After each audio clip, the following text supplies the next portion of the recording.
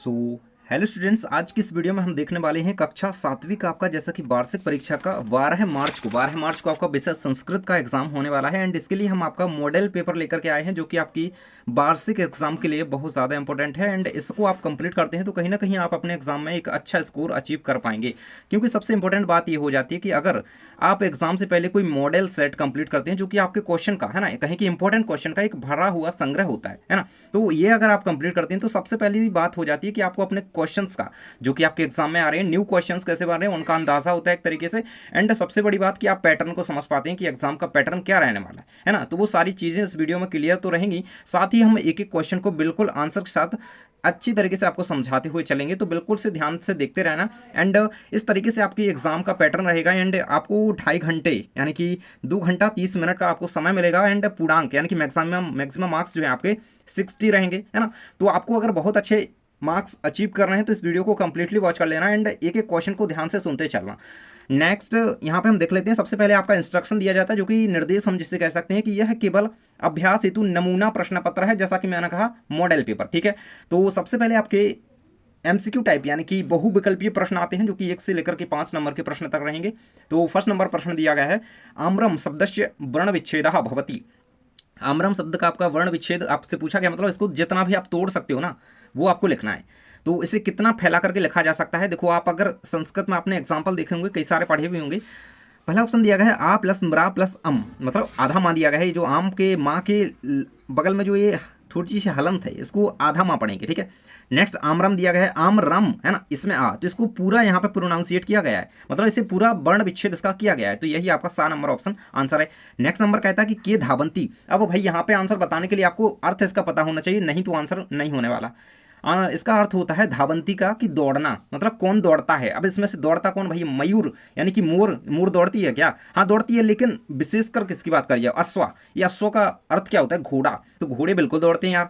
चटका ये चिड़िया वगैरह होती हैं, सुका ये तोता ऐसे कह सकते हैं। तो अश्व जो होते हैं वो दौड़ते हैं। आंसर है आपका रहेगा के धावंती, अश्व धावंती। नेक्स्ट नंबर कहता है कि सर्वस्व भूषणम, क्या धन यानी कि पैसा सब कुछ है, बलम बल सब कुछ, विद्याम पात्रता। तो इसका आंसर आपका राइट जो रहेगा सर्वस्व भूषणम, तो विद्याम सर्वस्व भूषणम है ना, विद्या ही सबसे बड़ा धन है या आभूषण है ना, तो ये याद रखना। नेक्स्ट क्वेश्चन आपका पाठगत लिया गया है जो कि कहता है कि मोहन शयनम करोति, यानी कि मोहन कितने बजे सोता है। यहाँ पे ये बात ही करी जा रही है।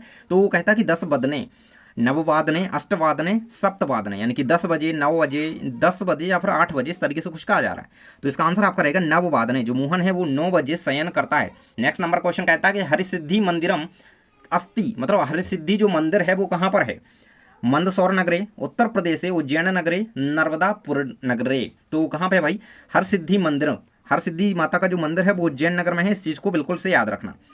यहाँ से हमारे कुछ रिक्त स्थान टाइप क्वेश्चन आते हैं जिन्हें हम फिलअप्स कह सकते हैं। एंड यहाँ पे निर्देश भी आपको दिया गया है कि प्रत्येक प्रश्न के लिए आपको 1 मार्क्स आपके एग्जाम में दिया जाएगा। एंड फर्स्ट नंबर यानी कि 6 नंबर कुछ क्वेश्चन कह रहा है कि पचमढ़ी स्थितम खालिस्तान पर्यटन स्थलम अस्ति। तो मतलब जो पचमढ़ी नामक एक पर्यटन स्थल है वो किस जगह पर है, ये बात यहाँ पे कही जा रही है। इसका आंसर रहेगा सतपुड़ा पर्वत श्रृंखलाया, मतलब सतपुड़ा पर्वत की जो श्रृंखला है उसके पास ही पचमढ़ी है। पचमढ़ी तो आपने नाम सुना होगा। आंसर आपका रहेगा 6 नंबर का सतपुड़ा, जो कि यहीं पे आपको दिया गया है, देख सकते हो यहाँ पे ये नंबर। नेक्स्ट नंबर कहता है कि राम लक्ष्मण शस्त्र विद्याम खालिस्तान अशिक्षात, मतलब राम लक्ष्मण जो थे उनको शस्त्र विद्या किसने दी थी भाई, तो विश्वामित्र जो गुरु थे उनके, है ना, मुनि एक तरीके से कह सकते हैं, तो उन्होंने इनको शस्त्र विद्या दी थी, ठीक है। तो 7 नंबर क्वेश्चन का आंसर आपका यहाँ पे हो जाएगा, है ना। नेक्स्ट कहता है कि जले खालिस्तान बसती, तो जल में कौन रहता है भाई, वैसे तो जल में हमारी बहुत सारे जीव रहते हैं, लेकिन ऑप्शन के अकॉर्डिंग आंसर देंगे तो यहाँ पे आपका आंसर क्या है, मकरहा। मकरा यानी कि मगर, जो मगर होते हैं वो जल में बसते हैं यानी कि रहते हैं, ठीक है। आंसर लगाएंगे मकरहा, ये आपका 8th का आंसर हो जाएगा। यहाँ पे मैं आपको यहाँ पे लिख भी देता हूँ इसको, है ना। नेक्स्ट नंबर कहता है कि ध्वजोत्तोलनम खालिस्तान करोति, जो ध्वजारोहण या फिर ध्वजोत्तोलन जो करता है, आप अपना ही अंदाजा लगाइएगा कि आपके जो स्कूल में है ध्वजारोहण कौन करता है भाई, आपके प्रिंसिपल ही करते हैं ना, प्रधानाध्यापक महोदय जो होती हैं वही ना करते हैं। तो 9 नंबर क्वेश्चन का आंसर आपका रहेगा प्रधानाध्यापक महोदया, ठीक है। ये आंसर आपको यहाँ पे इसको भर लेना है। नेक्स्ट कहता है कि सप्ताह खालिस्तान दिनानि भवन्ति, मतलब सप्ताह में खालिस्तान दिन होते हैं। कितने दिन होते हैं भाई, तो सप्ताह में सबको पता है सप्ताह सप्त दिनानि भवन्ति, यानी कि सप्ताह में 7 दिन होते हैं। आंसर कंप्लीट रहेगा। नेक्स्ट हमारा क्वेश्चन होता है जो कि अति लघु उत्तरीय रूप में क्वेश्चन है। एंड 11 नंबर क्वेश्चन कहता है कि शारदा मठम कस्याम दिशि अस्ति, जो शारदा मठ है, कस्याम मतलब किस दिशा में है, है ना, दिशि भवती दिशा में है, ठीक है। तो आंसर आपका रहेगा शारदा मठ जो है वो आपका पश्चिम दिशा में है। तो आंसर लिखेंगे, देखो संस्कृत भाषा में आंसर लिखना है पश्चिम दिशि भवती, ठीक है ना, यही आपको आंसर में यहाँ पे कंप्लीट करना है। नेक्स्ट नंबर कहता है कि बालकः इति शब्दे कः लिंगास्ति, मतलब बालक में कौन सा लिंग है भाई, बालक स्त्रीलिंग तो है नहीं, बालक तुम खुद होगे, मतलब कई लोग बालिकाएं भी देख रहे होंगे, लेकिन बालकः इत्यस्मिन् इति शब्दे कः लिंग, तो बालक में पुल्लिंग है ना, तो ये आपका आंसर यहाँ पे पुल्लिंगः लिखना है। देखो संस्कृत लिख रहे हो तो थोड़ा हा आहा आहा है ना, विसर्ग का ध्यान रखें, हलंत का ध्यान रखें, इन चीजों का ध्यान रखें। नेक्स्ट नंबर कहता है कि निर्धनानाम धनम किम, निर्धन का धन क्या है भाई, गरीब का धन क्या है, तो विद्या धनम, निर्धन का धन होता है विद्या, निर्धनानाम धनम विद्या, सॉरी विद्या, इसका आंसर आपको लगाइएगा, विद्याम भी लिख सकते हैं, विद्या भी लिख सकते हैं, इस तरीके से आंसर इसको लिख देना है, ठीक है।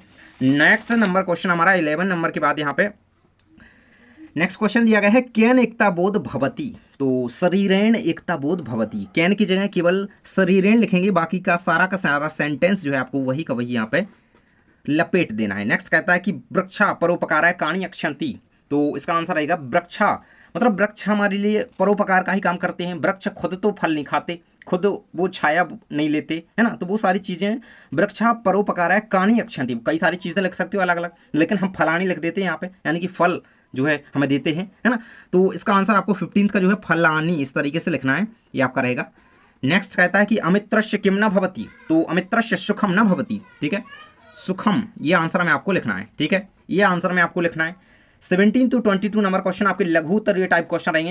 यहाँ पे 17 नंबर क्वेश्चन कहता है कि कहाँ सर्वत्र पूज्यते, तो भाई सर्वत्र तो वही पूज्य जाएंगे जो कि विद्वान होंगे, है ना, मूर्ख सर्वत्र पूज्यते ऐसा लिखोगे तो बिल्कुल से चांटा पड़ेगा गाल पर। नेक्स्ट क्वेश्चन आपका है कि आंसर इसका लिखिएगा विद्वान सर्वत्र पूज्यते, ठीक है, विद्वान सर्वत्र पूज्यते, ठीक है, ये रहेगा विद्वान सर्वत्र पूज्यते। नेक्स्ट क्वेश्चन कहाँ परोपकाराय प्रेरयति, तो भाई परोपकाराय का अर्थ क्या होता है, देखो दूसरों के लिए करो, मतलब ये मत सोचो कि हाँ हमें मिल जाए ये चीज़, है ना, तो दूसरों को मतलब परहित समान कोई धर्म नहीं होता, ऐसा आपने पढ़ा भी होगा सुना भी होता है ना। तो कहाँ परोपकाराय प्रेरयति, तो प्रकृति जो होती है, प्रकृति मतलब प्रकृति की कोई भी चीज़ कह लो, वो केवल परोपकार है, परोपकार के लिए ही बनी हुई है ना, वो खुद उसका यूज कुछ नहीं करती भाई, है ना, तो प्रकृति परोपकार है, प्रकृति जो है परोपकार के लिए प्रेरित करती है, आंसर रहेगा। नेक्स्ट कहता है कि आविष्काराणाम जननी कहाँ अस्ति, अरे भाई आविष्कार की जननी कौन है, तो आपने इंग्लिश में भी पढ़ा होगा कि necessity is the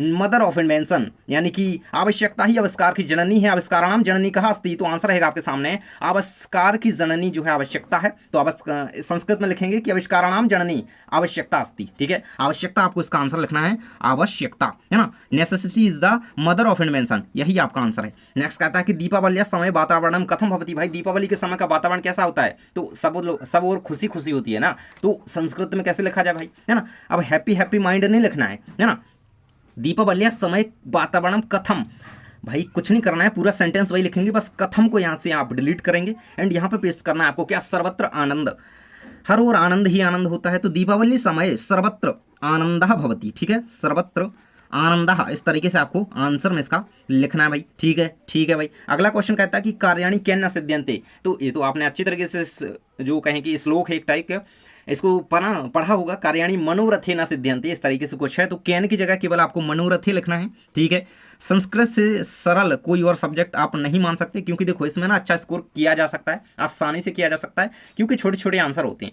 next question कहता है कि विद्यार्थी चेष्टा कथम भवित, विद्यार्थी चेष्टा कथम भवित, है ना, तो काक चेष्टा बको ध्यानम, ये आपने पूरा का पूरा श्लोक पढ़ा होगा, उसी से एक क्वेश्चन है कि विद्यार्थी चेष्टा, है ना, विद्यार्थी की चेष्टा कैसी होनी चाहिए, तो विद्यार्थी की चेष्टा जो होनी चाहिए काक यानी कि कौए की जैसी होनी चाहिए, तो विद्यार्थी चेष्टा कथम की जगह आपको काक चेष्टो, है ना, विद्यार्थिन काक चेष्टो भवेत, ठीक है, इस तरीके से आपको इसका आंसर लिखना है। एंड यहाँ पे हमारा लास्ट फेज एग्जाम का आ जाता है, जो कि 23 to 26 नंबर क्वेश्चन रहेगा, जो कि आपके 5 मार्क्स एग्जाम में कंप्लीट करेंगे, तो इस पार्ट को मत छोड़ना, अभी बिल्कुल वीडियो को मत छोड़ना, क्योंकि देखो यहाँ से ना आपके सबसे ज़्यादा 20 नंबर कह लो, हाँ, तो बिल्कुल यहाँ पे 23 नंबर क्वेश्चन कहा भी जा रहा है, कहता है कि सिक्खा नाम पंच बाह्य चिन्हानी कानी, जो सिक्खा होते हैं, है ना, जो पंजाबी लोग होते हैं, सिख होते हैं, पंजाबी तो वैसे हो सकते हैं लेकिन हाँ वो सिख को मानते हो, मतलब सिख धर्म के हों पूरी तरीके से, तो वो उनकी बाह 5 चिन्ह कौन कौन से होते हैं? आपने देखा होगा वो पगड़ी पहनते हैं, आपने देखा होगा वो अपने बाल थोड़े लंबे रखते हैं ना,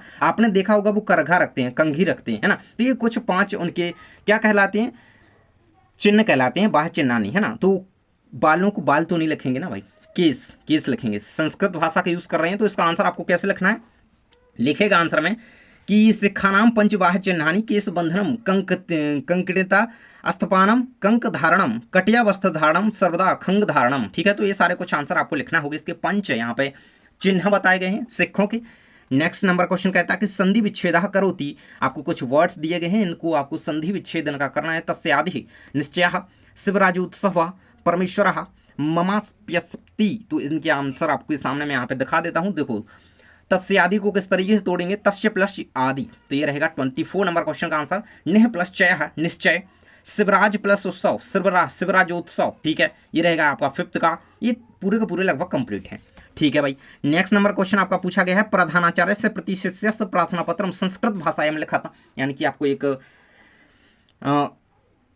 आवेदन पत्र कहेंगे संस्कृत भाषा में लिखना है, तो इस तरीके से आप उसे लिख सकते हैं। देखिएगा आंसर रहेगा आपके सामने कि श्रीमंतः, देखिए स्टार्टिंग ऐसे ही करी जाएगी भाई, श्रीमंतः प्राचार्य महोदय तो लिखेंगे नहीं क्योंकि आप लोग 8th क्लास से नीचे हैं, है ना, तो प्रधानाचार्य महोदय ही लिखिएगा, है ना। राजकीय विद्यालय लिखेंगे या फिर अपने विद्यालय का नाम भी लिख सकते हैं ना, तो चलेगा।